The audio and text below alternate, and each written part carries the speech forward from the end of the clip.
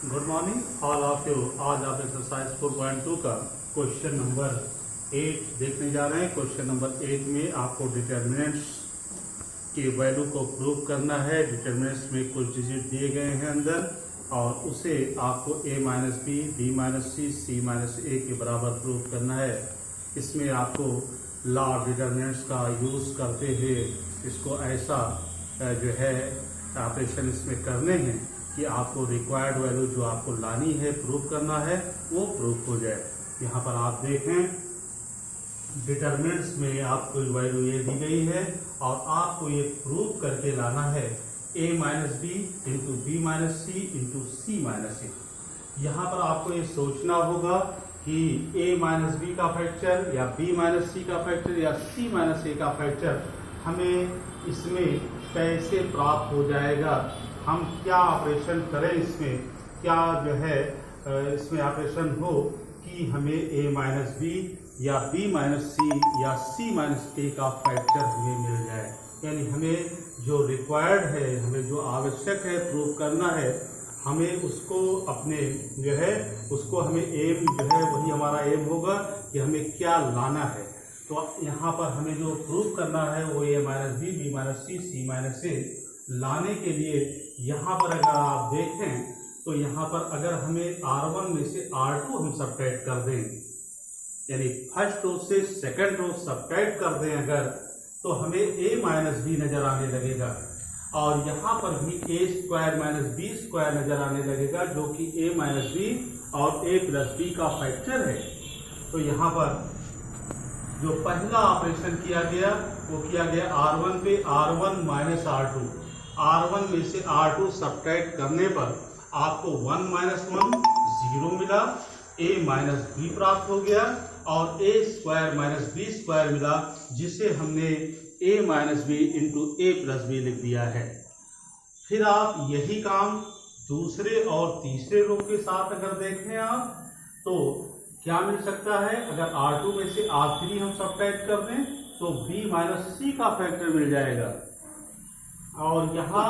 b square minus सी square में b minus सी into B plus सी का factor प्राप्त हो जाएगा। इसलिए हम यहाँ पर R2 का भी ऑपरेशन कर रहे हैं, R2 में से R3 को सब्ट्रैक्ट कर रहे हैं तो 1 माइनस 1 आपको 0 मिल जाएगा, b माइनस सी मिला और b स्क्वायर माइनस सी स्क्वायर को हमने यहाँ पर b माइनस सी इंटू बी प्लस सी लिख दिया। यहाँ पर आपने देखा एक बार में दो ऑपरेशन किए गए,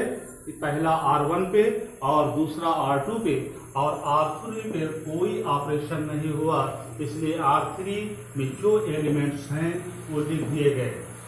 फिर इसके बाद आप पा रहे हैं पहले रो में गौर से देखिए a माइनस बी आपको कॉमन नजर आएगा, वो R1 पे हमने a माइनस बी कॉमन ले लिया, R2 से हमने b माइनस सी कॉमन ले लिया, तो जो बाकी बचे एलिमेंट्स हैं वो क्या हो जाएंगे,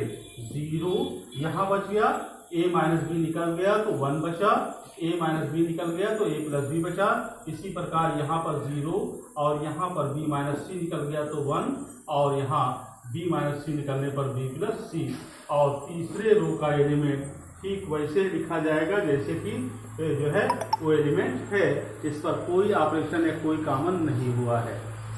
इसके बाद आप देखें कि कॉलम 1 के दो एलिमेंट्स 0 हो गए, कॉलम 1 के दो एलिमेंट जैसे ही 0 हुए हम इस जो है डिटर्मिनेंट को ओपन कर सकते हैं। एक्सपैंड कर दिया हमने, एक्सपैंड थ्रो C1 के थ्रो एक्सपैंड करने पर आपके दो एलिमेंट्स तो 0 मिले और तीसरा एलिमेंट 1 के थ्रो जो है ओपन हो रहा है, तो 1 के थ्रो इसका रो और इसका कॉलम डिलीट कर दिया जाएगा। ओपन होने पर ये जब डिलीट होगा तो बाकी बचे एलिमेंट डिटर्मिनेंट में लिखे जाएंगे 1 1 और a plus b, b plus c, और इस प्रकार ये आपका एक्सपेंशन हो गया इस डिटर्मिनेंट का। और एक्सपेंशन होने के बाद आपको अंदर ब्रैकेट में 2x2 ऑर्डर का डिटर्मिनेंट मिल रहा है, जिसे आप क्रॉस मल्टीप्लिकेशन मेथड से ओपन कर सकते हैं। a minus B into B minus c और क्रॉस मल्टीप्लाई करने पर b plus c minus a plus b हमने लिख दिया यहाँ पर, और फिर इसको सॉल्व किया। सॉल्व करने पर b plus c minus a minus b, जहाँ पर b कैंसिल हो रहा है और सिर्फ c माइनस a प्राप्त हो रहा है, और इस प्रकार a minus B into B minus C into C minus a required value आपको प्राप्त हो रही है। इस प्रकार आपने देखा कि यहाँ पर डिटर्मिनेंट्स में जो भी आपको प्रूव करना है उसको आपको जो है वही आपका एम होना चाहिए, उसको आपको जरूर देखना होगा कि हमें प्रूव क्या करना है, उसी के अकॉर्डिंग ऑपरेशन किए जाएंगे और उसी के अकॉर्डिंग आपको अपने दिमाग में रखना है कि हमको ये चीज़ लाना है, और ऐसा ऑपरेशन एक जो है बार में एक ऑपरेशन ऐसा हो कि आपको एक वैल्यू कम से कम जो रिक्वायर्ड वैल्यू है वो प्राप्त हो जाए या आपका मकसद पूरा हो जाए। और इसके और कुछ सवाल, बाकी सवाल आप देखें और इसको लगाने का प्रयास करें। इसके बाद और क्वेश्चन आपको बाद में बताए जाएंगे। That's all.